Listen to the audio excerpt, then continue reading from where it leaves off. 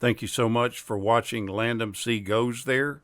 Please subscribe and hit the like button and the bell notification button. The Gauntlet is an action thriller film that was directed by Clint Eastwood. It was released in 1977, and it stars Sondra Locke, Pat Hingle, William Prince, Bill McKinney, and Mara Corday. The storyline follows Ben Shockley, who's a Phoenix, Arizona cop assigned to go to Las Vegas so that he can escort Gus Malley, a prostitute who is supposed to testify in a mob trial. Shockley assumes that he got the assignment because he can get the job done. But what he doesn't know is that his bosses have been bought off, and the only reason he was chosen was because he's expendable and unreliable. In addition to this, Gus, who's played by Sondra Locke, doesn't want to go with him because she knows that going along is the equivalent of signing her own death warrant. A safe arrival for them is not good, and Vegas is actually taking odds on whether or not they will make it alive. Traps for them are set everywhere, and it seems like everyone is out to get them. The two are forced to rely on their instinct and ingenuity if they're going to make it to Phoenix alive. The production was written by Dennis Chirac and Michael Butler, and it was originally set to star Marlon Brando and Barbara Streisand. Brando withdrew from the project and then was replaced by Steve McQueen. But differences between McQueen and Streisand ultimately led to their joint departure in favor of Eastwood and Locke. The famous director Sam Peckinpah originally wanted his hands on the project to direct it. For the lead, he wanted Chris Christopherson. Peckinpah was already acquainted with Sondra Locke, having directed her ex, Bo Hopkins, in 3 movies. Walter Hill also showed interest in it, and he too approached Christopherson at the time. Peckinpah and Christopherson instead decided to make the movie Convoy from 1978, using Ali MacGraw as the co-star of that film. Peckinpah considered her for the female lead in this film. Before the movie came out, Clint Eastwood predicted that Sondra Locke would win an Academy Award for her performance. But as luck would have it, she wasn't even nominated. The actress was in her mid-30s at the time of filming, and during a promotional interview with syndicated columnist Earl Wilson, she pretended that she was 4 years younger than she was.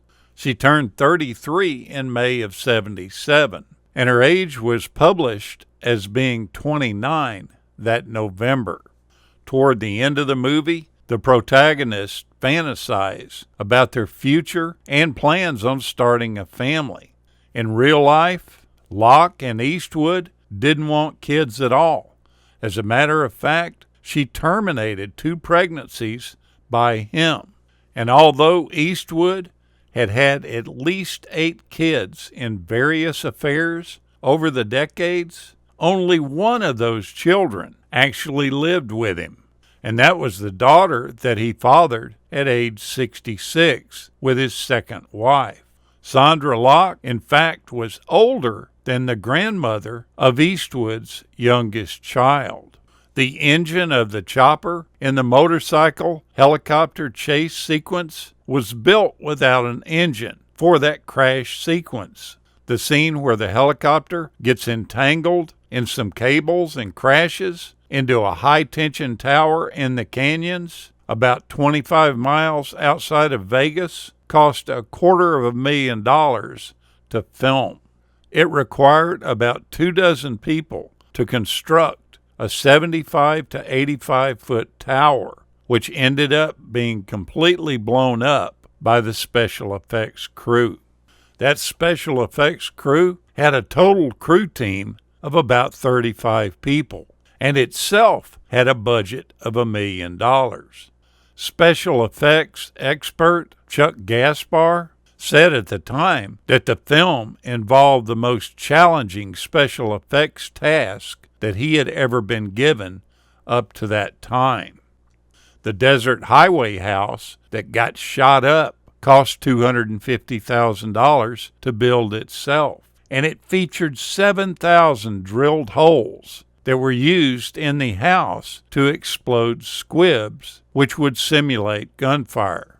A team of 15 men worked 8-hour days for a month, rigging the dwelling for that shootout sequence that would eventually result in the demolition and collapse of the building.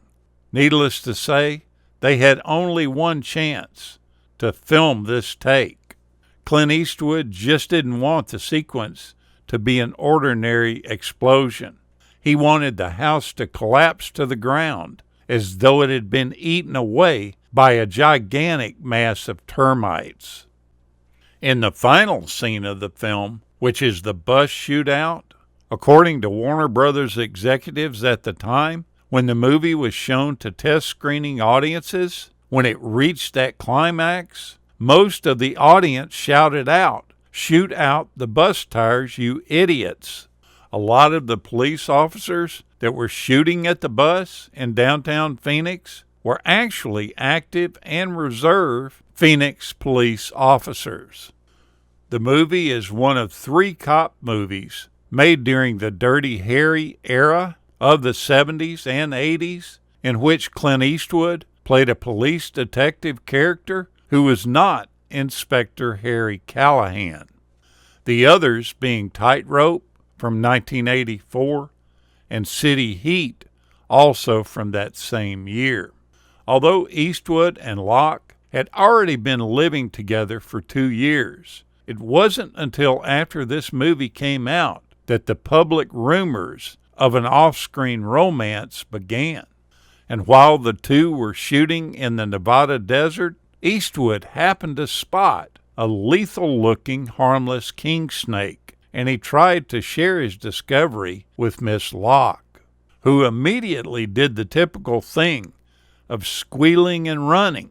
But Clint came up to her and calmed her down, and he told her, "Look how beautiful it is." She also got to looking at its gorgeous markings, and before she knew it, it was climbing all over her body, and it seemed perfectly natural to her. Clint then returned the snake back to the desert. Go back and take a look at this film. It's a pretty good film, although I thought the ending was just way over the top. Otherwise, it's a good watch. If you're into action shootouts, you'll definitely like it. Thank you so much for watching, and we'll continue to chase the classics.